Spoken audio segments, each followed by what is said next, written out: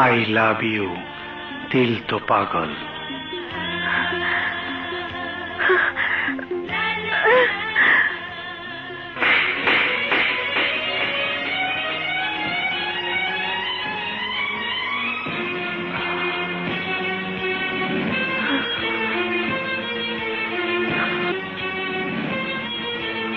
পাগলামি চিকিৎসা করো, পাবনায় যাও। আমি আরজে সাফাত, আপনি শুনছেন বাংলা রেডিও 95.2 FM। ভ্যালেন্টাইন গেল, চকলেট গেল, রোজ গেল, আর এখন কি আসলো জানেন? হ্যাঁ ভাই, স্ল্যাব ডে। এইটা আবার কি? নাম শুনে মনে হচ্ছে যে কোনো একটা সিরিয়াস কিছু, কিন্তু ভাই এটা আসলে ভয় পাওয়ার কিছু নাই। এটা কোনো শারীরিক লাইসেন্স না। কেউ যেন ভুল করে পাশের মানুষটাকে শুধু শুধু চর না মেরে বসেন।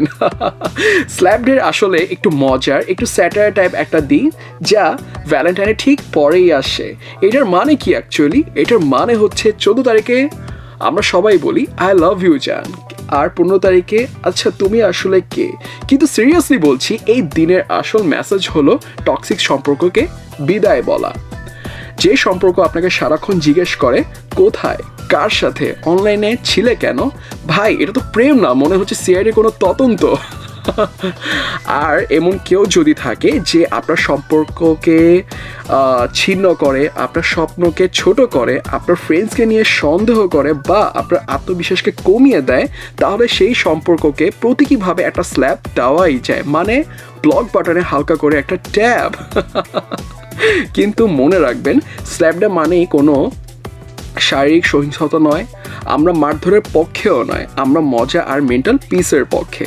আজকের দিনটি যদি কাউকে চর মারতেই হয়, মারুন আপনার অলসতাকে, মারুন আপনার ভয়কে, মারুন সেই এক্সের পুরনো চ্যাটকে, অর্থাৎ ডিলিট করে।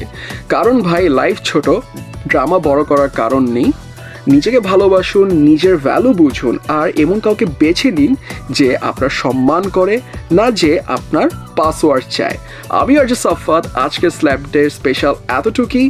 ভালো থাকুন, হাসি খুশি থাকুন, সেফ থাকুন, আর শুনতে থাকুন বাংলা রেডিও 95.2 FM।